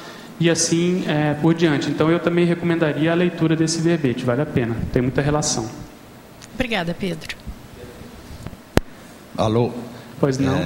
Embora sem graça, eu queria perguntar se já foi visto na argumentologia que ali na primeira linha o estado patológico graçando. Já, dois S, né? 2 S, ok. Isso aí passou.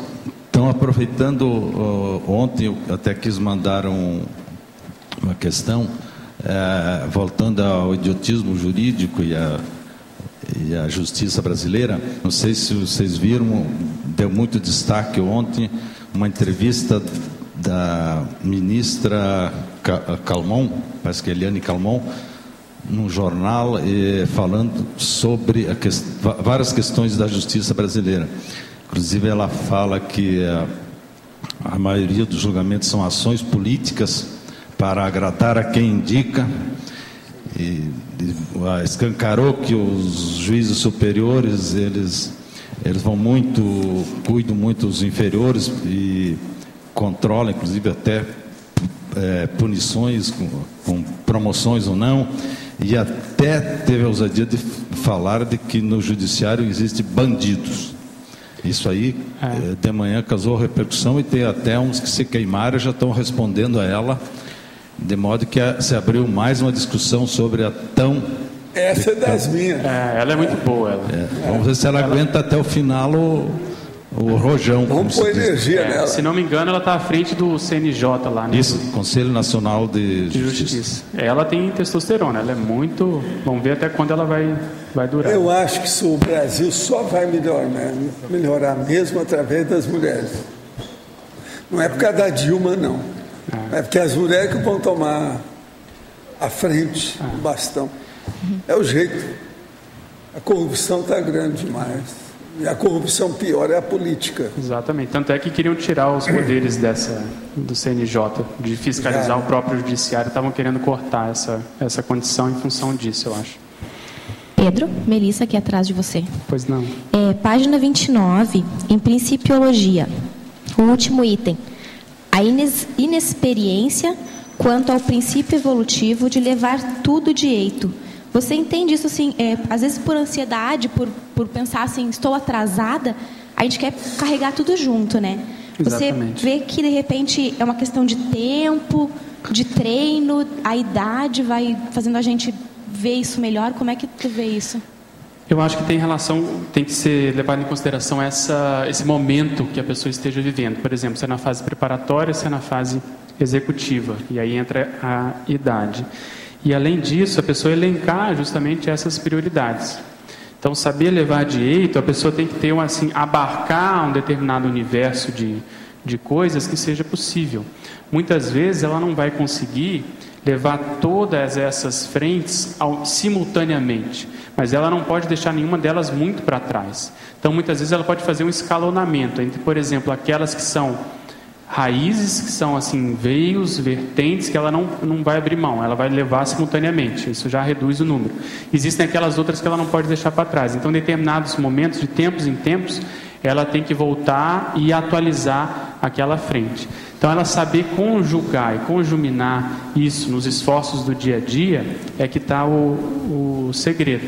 Então, normalmente, as pessoas que são mais organizadas em termos de tempo, elas conseguem fazer mais coisas. É até um paradoxo, porque aparentemente aquela pessoa que tem menos tempo, que faz mais coisas, consegue produzir mais do que aquelas pessoas que têm muitas vezes tempo livre e rendem menos.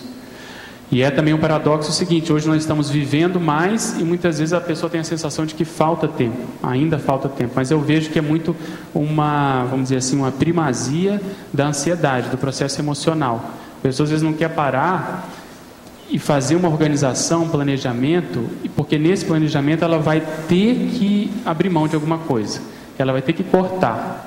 E esse cortar muitas vezes envolve o processo emocional, ela vai ter que falar com determinadas pessoas, ou ela não, muitas vezes está preparada para admitir os próprios limites.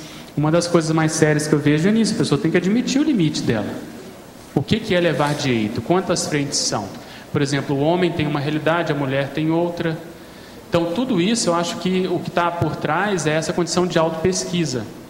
A pessoa se conhecer e reconhecer quais são os próprios limites. E aí com isso ela vive melhor, porque aquilo que ela fizer ela vai produzir, e ela vai produzir bem. Porque um dos efeitos colaterais também disso, de você levar tudo de eito, a tendência é cair na qualidade. Você faz muitas coisas, mas a qualidade não é tão boa. Então a pessoa tem que ver que determinadas dessas frentes, dessas variáveis, não dá para não priorizar a qualidade. Então vamos supor um processo assistencial, o processo da TENEPS. Se a pessoa coloca a TENEPS como sendo mais uma dessas frentes, a tendência vai ser com que a qualidade não fique boa. Então ela muitas vezes vai dormir na TENEPS, ela vai corromper a própria TENEPS. Então existem essas atividades que ela tem que olhar com outros olhos. Acho que ela tem que, vamos dizer assim, elencá-las com ponderação diferente, ou seja, com pesos diferentes. E se ela conseguir levar o básico dessas coisas, aí ela pode inserir outras frentes e outras variáveis no cotidiano. Senão, não vale a pena. Pedro, página 29, parafatologia, quinta linha. A esnobação nosológica perante os amparadores e o amparador tido qual lanterna de cego. O que seria isso, Pedro? Seria o seguinte: essa metáfora, ela foi utilizada pelo professor Valdo, tem um capítulo do 200 teáticas. O que é? É justamente isso. Muitas vezes o amparador está do lado da pessoa, querendo inspirar, mas ele funciona como se fosse uma lanterna para um cego, ou seja, não vai funcionar, porque a pessoa está cega, ela não está dando espaço, ela está muito focada na dimensão humana, vamos dizer assim, nas sensações físicas, no processo instintual. Então a esnobação nosológica é essa: a pessoa ela não sabe dar abertura para uma intervenção positiva dos amparadores. Então isso no dia a dia é crucial, porque às vezes não, é no dia a dia que a gente precisa, que muitas vezes eles vêm e nos ajudam a perceber coisas que a gente não esteja percebendo. Às vezes dão inspirações, dicas, orientações. Então a pessoa tem que avaliar se no dia a dia ela lembra dos amparadores, ela pensa na multidimensionalidade. Por exemplo, ela entrou no ambiente, ela pensou quem está ali, como está esse ambiente, qual é a repercussão que ela tem no holossoma dela. Então existem vários casos, amigos, pessoas muito próximas, inclusive da própria Conscienciologia, que muitas vezes entraram numa dissidência em função, vamos dizer assim, de não saber lidar com a vida humana. Por exemplo, eu tenho casos na medicina que a pessoa, depois que se formou, aí começou a ganhar muito dinheiro, começou a entrar no processo de status que a medicina muitas vezes pode causar, e a pessoa foi priorizando cada vez mais isso, tirando o voluntariado, e aí aos poucos ela foi saindo, se distanciando, e aí com o tempo ela acabou não voluntariando mais. Então isso por quê? Porque é um processo de holopensene. Ela acaba sendo engolida por um conjunto de pensamentos, sentimentos, energias mais forte que ela, que é o processo às vezes do dinheiro, o processo do poder. Eu estava lendo também que na antiguidade eles já falavam sobre isso. É um ciclo entre o processo da prosperidade, a pessoa começava a ter muito status, muito dinheiro, muito poder. Isso aliava-se ao processo de presunção. A pessoa começava a achar que ela era diferente, que ela estava superior, que ela era, vamos dizer assim, a tal, o maioral. E aí o que costumava acontecer? A pessoa começava a perder a noção da realidade. Então eles chamam que a pessoa entrava num estado de loucura. Aí entra a megalomania, ela começa a achar que ela está acima do bem e do mal. E aí logo em seguida uma quarta condição é a tragédia, que lá na época eles achavam que os deuses castigavam essa pessoa, mas que nada mais é do que um acidente de percurso, porque a pessoa começa a corromper os próprios princípios, começa a achar que ela é diferente, né, das outras, que ela é especial, e aí entra assédio e, em geral, ela tem um acidente de percurso qualquer, seja a própria dessoma, seja uma doença, seja lá o que for. Então, isso vem muitas vezes dessa traição que a gente falou antes da paraprocedência. Alver Betógrafo, suspeito de ser portadora do TDAH, transtorno do déficit de atenção e hiperatividade. Hoje, na fase adulta, me considero tranquilo em relação ao que fui na infância. Ainda não consegui superar a falta de concentração, organização e disciplina. Reconheço que por ter enorme potencial, inteligência e agilidade, deixo tudo para a última hora. Preciso de lei e pressão para poder produzir. Tenho sofrido com isso, quero mudar, mas não consigo. O que posso fazer? É uma senhora que está falando. Mais uma vez, eu acho que, se você não conhece, primeiro lê o livro da professora Graça Razeira, que é justamente sobre essa condição. Lá ela dá várias dicas, várias técnicas para lidar com isso. Você já superou uma grande parte pelo que você comentou, mas às vezes, não sei se você faz algum tratamento profissional, às vezes vale a pena com relação a isso. E outra coisa é você insistir nisso, você começar a tentar se organizar e principalmente se comprometer com algo que te traga motivação, principalmente do ponto de vista mental somático. Então, você escrever um livro sobre isso, por exemplo, escrever um verbete, escrever um artigo, porque a própria motivação vai te ajudar na disciplina. Você vai querer concluir, você vai querer se dedicar para aquilo. E sem colocar deadline, ou seja, sem colocar um prazo fatal, para não aumentar a ansiedade. Então, você vai, com o tempo, você vai se reeducando o próprio soma. Porque, mais uma vez, o seu corpo ele foi acostumado a funcionar de um modo muito automático, muito baseado nessa condição de pressa, né, de precipitação. Ainda sobre o caso de possessão da minha mulher, estou planejando começar a minha TENEPS a partir do ano que vem, do meio do ano que vem, durante o curso PDP que farei, e depois de ter calçado algumas coisas que ainda preciso. Se adiantar, começar a fazer minha TENEPS antes, vai ajudar o problema de minha mulher? Olha, aí é difícil a gente dar opinião aqui, que pode falar. Na dúvida, abstenha-se. Eu acho que você está com um caso agudo, um caso crítico. Então, se até o meio do ano que vem a coisa se acalmar, tudo bem, mas eu não anteciparia. E é a minha opinião se eu estivesse no seu lugar, mas você tem que avaliar outras variáveis. E, além disso, ver se não é o caso de internar a sua esposa, né, que tem risco de suicídio. Avalia isso com um profissional, ver se não é o caso, pelo menos uma temporada, para você dar algum encaminhamento, porque, pelo visto, ela está um pouco só, né? A família não assumiu e você está responsável, querendo ou não, por essa condição. Então, eu atuaria dessa forma. Os professores poderiam comentar a taquirritmia dentro do serenismo, como a atuação taquirrítmica, ao nível da onipresença dos revolucionários e serenões, convive com a imperturbabilidade do serenismo. O professor Valdo vai... Não, isso é com você. Você que é o evoluciólogo aí da história.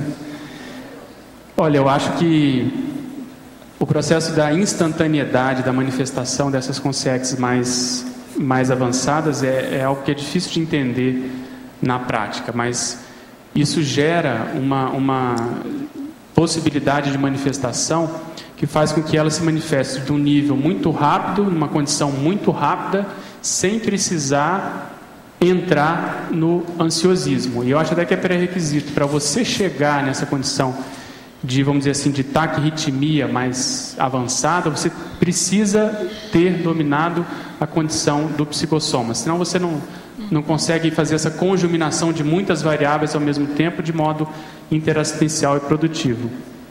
Resumindo isso aí, fazendo uma síntese. Quem já tem a imperturbabilidade ou quem já vive dentro de um sobrepairamento de equilíbrio cosmoético ele já tem a taquiarritmia. Já manifesta a taquiarritmia. Então, veja, a taquiarritmia junto da imperturbabilidade é um fato. E é o caminho do serenismo, exatamente. É o primeiro isso passo. Aí não tem nada de ansiosismo. Pedro, aqui em cima no ar. Pois não. Por favor, na página 29, aqui na Codigologia, fala um pouco dessa. O segundo, né? O último. Essa autocosmoeticidade que você tem que adaptar em função das transformações sociais modernas. Fala um pouco sobre isso. Vamos ler aqui a necessidade de atualização da autocosmoeticidade no Código de Conduta Pessoal em função das transformações sociais modernas. É exatamente isso, você tem que se adaptar e viver em sociedade. A sociedade hoje, ela vamos dizer assim, prima pelo processo da velocidade, prima por esse processo de, muitas vezes, de consumismo e de você render mais, mas você tem que ver o limite disso, porque senão você se vende os seus próprios valores. Eu citei aqui alguns casos, muitas vezes, de profissionais. O caso da medicina, a pessoa sabe que aquilo está indo contra a própria saúde, mas por uma justificativa, por uma autocorrupção, ela insiste naquilo. Então ela não corta o mal pela raiz, ela cria uma justificativa. Então essa adaptação e atualização da autocosmoética é nesse sentido. Você atualiza ela para o século XXI, olha, o status é esse. Então como que eu vou me inserir? Eu vou ter que selecionar muitas vezes o que eu vou fazer, eu vou ter que falar mais não do que sim, eu vou ter que arrumar espaço para cuidar do meu soma, um processo de exercício físico, porque se deixar o dia a dia engole, a pessoa não prioriza isso. Então ela vai ter que, vamos dizer assim, lançar mão de determinadas prioridades pessoais para fazer frente a esse novo código que muitas vezes é imposto a ela externamente. Não deixar a vida levar, né? Pelo contrário daquela música do Zeca Pagodinho. Exatamente. Tá, muito obrigada. Pedro, na página 33, no item consequências, no item 6, nosoconvivialidade, você pode comentar? Pois não. Comprometimento dos vínculos interpessoais, incluindo as amizades e relacionamentos afetivos. A tendência dessas pessoas que vivem numa velocidade muito grande, de não ter tempo para nada, muitas vezes é justamente não priorizar essa convivência. O fato de você ter uma vida social, por exemplo, de você ter um momento para ficar com os amigos, com os familiares, para, vamos dizer assim, trocar o processo afetivo. Então isso muitas vezes aborta não só essa convivência, mas o processo de assistência, porque a pessoa não tem tempo para fazer assistência. Então ela acaba que está priorizando outras coisas, que é muitas vezes a sobrevivência econômico-financeira, o processo de produtividade. Então isso há uma tendência realmente de acontecer. Então é bom a pessoa avaliar como é que ela é no dia a dia. Quando alguém pede uma informação, por exemplo, se ela tem tempo, se ela atende essa pessoa com calma, ou se ela é muito rápida nessa interação, como que ela funciona. Então isso que a gente quis chamar a atenção. Muitas vezes a convivialidade ela é comprometida nesse sentido. Pois não. Pedro, mais uma intervenção positiva para destacar o uso de certas palavras com propriedade em cima do lance. E, especialmente, a gente às vezes tem que consultar o dicionário, mas pela origem da palavra você pode ver. Você usou aqui o citígrado e o ignípede, tudo dentro de cima do lance. O citígrado é a pessoa que anda rápido, né? Exato, isso, apressado, né? Isso aí pela origem da palavra. E outra coisa que eu queria perguntar, já aqui na coloquiologia, se você conhece também a expressão, pode ser usada ou igual, andar, em vez de atrás do prejuízo, andar atrás da máquina. Você conhece essa expressão? Atrás do quê? Desculpa. Da máquina. Da máquina? Correr atrás da máquina. É uma expressão também que se usa para pressa. Para pressa, né? Ok. Bacana. Até antes de começar aqui, o Arlindo lembrou de um provérbio italiano. Piano, piano, si va lontano e se arriva sano. Quer dizer, devagar, se vai ao longe e se chega bem, né? Se chega com saúde. Vou lembrar aqui a Itália do Arlindário. Arlindário gostou. Pedro, Melissa de novo. Pois não. Na página 31 é uma colocação, uma sugestão. Ok. Em polinomiologia, você diz ali segundos, minutos, horas, dias, anos, décadas. Eu não sei se a intenção é colocar bem intrafísico ou, de repente, colocar vidas ali para expandir um pouquinho. Sim, pode ser. E outra pergunta. Cadê? Aqui. Na página 30, neossinapsologia.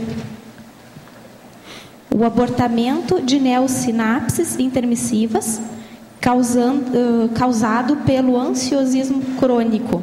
Você pode dar uma faladinha mais sobre isso? Sim, eu entendo da seguinte forma: o soma ele tem que estar tranquilo, funcionando bem, a fisiologia bem adequada, para você poder dar abertura para o paracérebro fazer essa decantação, né? Fazer esse download, fazer essa insinuação sobre o cérebro. Se você não dá esse espaço, que aí envolve momentos de reflexão, envolve a própria técnica de autorreflexão de 5 horas, os laboratórios, isso fica muito difícil.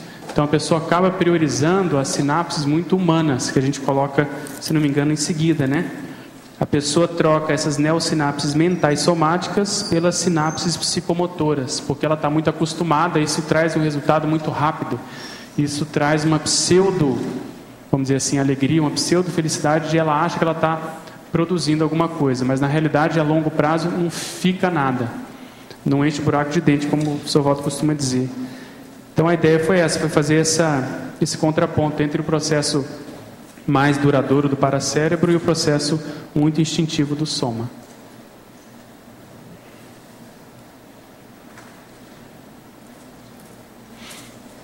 Você trabalhou muito bem, teve 32 perguntas de fora hoje, dos teletertulianos, fora daqui. Agora, para ele, quantas a gente está esperando? Qual é o... Hein? 350. Os nossos comerciais, por favor. Obrigado. As pontuações de hoje: 78 assinaturas no livro de presença, 18 perguntas presenciais, 32 perguntas online, 56 votos presenciais e 10 votos online. Os recados de hoje são da Patrícia, sobre o Fórum de Responsabilidade Planetária, a Valdirena sobre Escola do Parapsiquismo, o Rodolfo sobre Inteligência Financeira, a Neida sobre Jornada de Educação e o Rafael sobre Imersão Laboratorial no Paradireito. E com vocês agora o Fernando sobre o programa Amigos. Boa tarde a todos. Nós queremos aqui, em nome do programa Amigo da Enciclopédia, a convidar ao tertuliano e ao teletertuliano que ainda não é associado ao programa Amigo da Enciclopédia, para se tornar o mantenedor da Enciclopédia da Conscienciologia. Todos os recursos são direcionados integralmente para a manutenção e a operação do holociclo, da holoteca e do tertuliário. Todos esses ambientes, os custos operacionais, são mantidos pelos associados do programa Amigos da Enciclopédia, inclusive a transmissão diária das tertúlias via internet é mantido pelo programa Amigo da Enciclopédia. É muito fácil fazer. Se você liga com o seu cartão de crédito em mãos para o CAEC na recepção, das 8 às 18h30, no telefone 45 35 25 26 52, em 3 minutos você faz a sua inscrição. É muito fácil, é muito rápido. E também pode associar-se pelo site www.enciclopediadaconscienciologia.org. Nós agradecemos. Boa tarde. Você se interessa em construir um planeta mais saudável e sustentável? Uma das formas é a gente conhecer mais sobre ecologia, recursos hídricos, sobre o ar, sobre a fauna, flora, inclusive energias imanentes e energias conscienciais. Uma das formas para você debater e conhecer esses assuntos é durante o primeiro Fórum de Responsabilidade Planetária, que vai acontecer em Foz do Iguaçu, no dia 28 a 30 de outubro, ok? Vai ser no discernimento. As informações sobre esse evento no 3525-2652 ou no site com toda a programação, vários palestrantes de todo o Brasil, no www.responsabilidadeplanetaria.org.br. Aguardamos vocês. Obrigada. Boa tarde a todos. O convite é para os alunos da Escola do Parapsiquismo e para as pessoas que estão em Foz do Iguaçu, para a aula temática da Escola do Parapsiquismo, que vai acontecer no próximo sábado, dia 1º de outubro, com a professora Malu Balona, e o tema será Labilidade Parapsíquica, Humor Instável em Personalidades Sensitivas. A aula será na sala do ensino à distância do CAEC e as pessoas que se encontram em Foz, a aula é gratuita. O horário da aula será das 15 às 17h30. Obrigada. Boa tarde a todos. Em nome da PEX, convido para o curso Inteligência Financeira e ProEx, um curso à distância que vai ser realizado entre os dias 8 de outubro e 3 de dezembro. É um curso com 8 módulos, são 8 semanas consecutivas de curso. Cada semana existe uma atividade que você vai poder participar através de exercícios que são feitos na sua própria casa, e você faz essa ligação entre os seus exercícios e a sala de aula. Então o professor está toda a tutoria para você durante esse curso. Os professores do curso, coordenador Hernande Leite, e também temos as participações do professor Everaldo Bergonzini e César Cordioli. O curso, você pode entrar pelo site da Apex para saber mais informações, que é o www.apexinternacional.org/inteligência financeira. Os telefones para você entrar em contato, 3525-2652, que é a recepção do CAEC. As formas de pagamento são diversas, boleto, cartão, depósito em conta bancária. Você pode fazer tudo através do site da própria Apex. O valor, R$ 210. Muito obrigado e boa tarde. Boa tarde a todos. Estamos aqui para convidá-los para a 5ª Jornada de Educação Conscienciológica, que ocorrerá nos dias 7, 8 e 9 de outubro próximo. Portanto, a semana que vem. Ainda temos vagas, gente. Serão realizadas 3 conferências e 4 mesas de debate. Os temas serão relacionados à parapedagogia, do interesse de todos nós. Eu vou dar destaque hoje para a conferência de abertura, que será Paraepistemologia da Praxis Parapedagógica, com o professor Regson Alves. Então, para maiores informações, busque o site da Reaprendência, www.reaprendência.org, ou ainda mande e-mail para contato@reaprendência.org, ou ainda pelos telefones 45 3525 2652. Participem, estão todos convidados. Olá, gostaria de convidar a todos para a imersão laboratorial na Paradireitologia, nesse sábado, dia 1º de outubro. A imersão ocorre das 8h30 da manhã até as 6h30 da tarde, e após das 7 horas às 8h30 nós temos debates sobre as parapercepções. Para quem quiser participar, é só marcar os laboratórios na recepção do CAEC, não tem custo algum fora os laboratórios. Estão todos convidados.